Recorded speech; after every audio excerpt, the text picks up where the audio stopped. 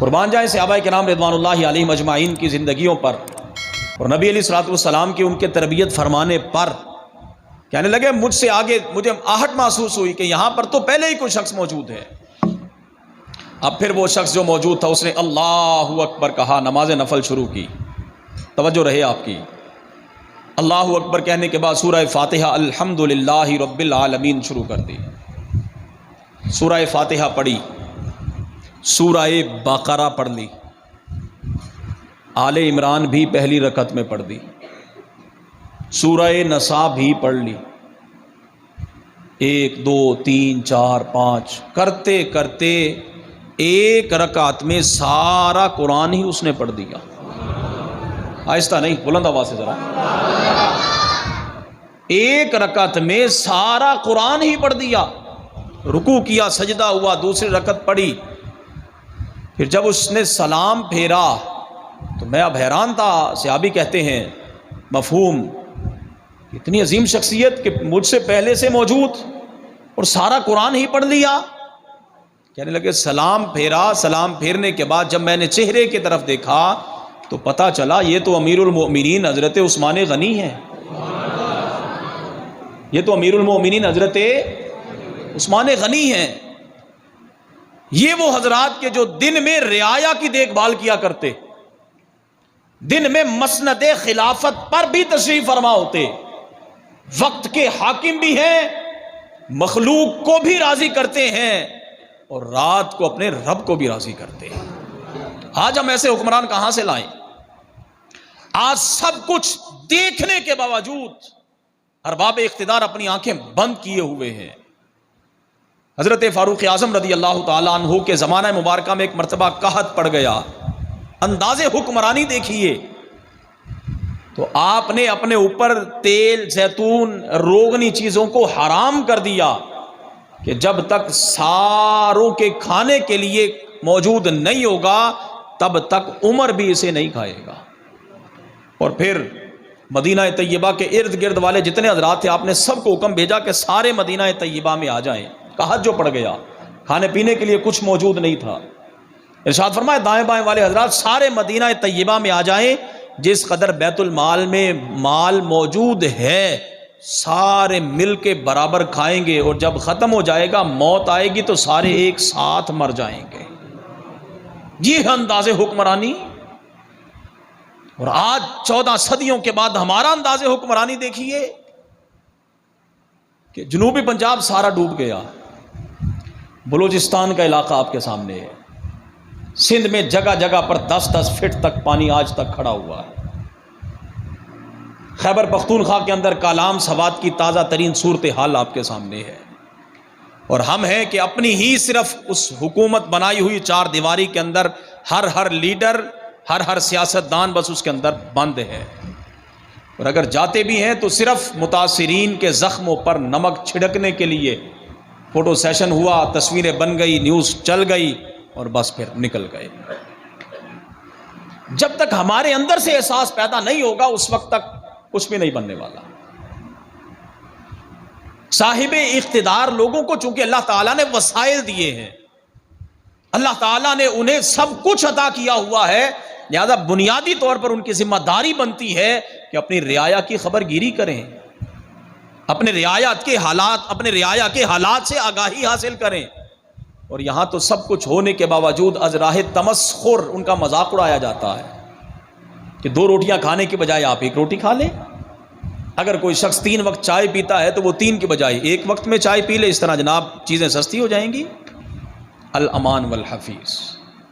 لہذا اللہ کے کچھ نیک بندے ہر زمانے کے اندر ایسے ہوا کرتے ہیں کہ جو اس قدر اللہ کی عبادت کرتے ہیں, اطاعت و فرما برداری اختیار کرتے ہیں کہ اللہ کے فرشتے بھی انہیں دیکھ کر حیرانگی کا اظہار کرتے ہیں. اور حضرت چونکہ راوی ہیں حضرت ابو ہریرہ, نبی علیہ الصلوۃ والسلام سے سارے فرامین عالی شان انہوں نے سنے تھے. تو حضرت مکحول کہتے ہیں کہ جب حضرت ابو ہریرہ رضی اللہ تعالی عنہ کی عمر مبارک زیادہ ہو گئی, بڑھاپا آ گیا, تو کہتے ہیں میں نے دیکھا حضرت ابو ہریرہ کو کہ حالت بڑی عجیب ہو گئی. بھوک ہونے کے باوجود بھی کھانا نہیں کھاتے تھے, پیاس ہونے کے باوجود بھی پانی نہیں پیتے تھے. تو حضرت مکحول کہتے ہیں میں نے حضرت ابو ہریرہ کو کہا ابو ہریرہ اپنے بڑھاپے پر رحم کرو، ایسا انداز نہ اختیار کرو. تو حضرت ابو ہریرہ رضی اللہ تعالی عنہ آگے سے جواب دیتے کہ میں نے چونکہ حضور سے وہ عظیم اور اللہ کے محبوب بندوں کے اوصاف و فضائل سنے ہوئے ہیں، کہیں ایسا نہ ہو جائے کہ میں پیٹ بھر کے کھانا کھا لوں اور ان لوگوں کی مخالفت ہی نہ ہو جائے. اب دیکھیے تو صحیح کہ کتنے ایسے حضرات ان کے دسترخوان پر طرح طرح کے کھانے موجود ہیں. ایک ایک وقت میں 70 قسم کے کھانے ایک شخص کے دسترخوان پر اگر موجود ہوں اور پھر بھی اگر وہ اللہ کا شکر ادا نہ کرے تو پھر اس سے بڑھ کر اسے اور کیا چاہیے. پھر یہاں نبی علیہ الصلوۃ والسلام کا یہ فرمان علی شان بالکل صادق آتا ہے کہ انسان کو اگر سونے سے بھری ہوئی 2 وادیاں بھی دے دی جائیں تو یہ اس قدر حریص اور لالچی ہے کہ یہ ایک اور کی تمنا کرے گا. اور انسان کو اگر انسان کا پیٹ صرف قبر کی مٹی ہی بھر سکتی ہے، اس کے علاوہ کوئی اور چیز نہیں بھر سکتی.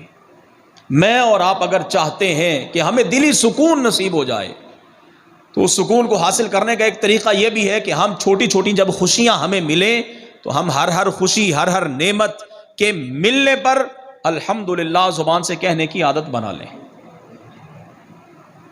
ہمارے پاس جب کھانا آ جائے، صبح اگر آپ اٹھے ہیں اور ناشتہ آپ کے پاس آ گیا تو آپ الحمدللہ اللہ کا شکر ادا کیجیے، اللہ کی تعریف و توصیف بیان کیجیے، اور پھر سوچیے اور تصور کیجیے ان حضرات کی طرف کہ جو آج سے 10 سے 15-20 دن پہلے سینکڑوں ایکڑ مربع زمین کے مالک تھے، آج ان کے پاس کچھ بھی نہیں ہے.